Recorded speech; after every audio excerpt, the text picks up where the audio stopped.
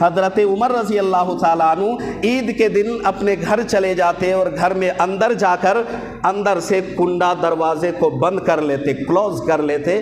صحابی کرام رضوان اللہ تعالیٰ علیہم اجمعین کی ایک بڑی جماعت سامنے آ کر آواز لگاتے، امیر المؤمنین آج خوشی منانے کا دن ہے، عید کا دن ہے، تہوار کا دن ہے، آج کے دن آپ امیر المؤمنین ہیں، دنیا کو آپ خوشی کا پیغام دیں گے، آپ ہیں کہ کمرے میں بند ہیں اور اندر سے بند کر لیے ہیں۔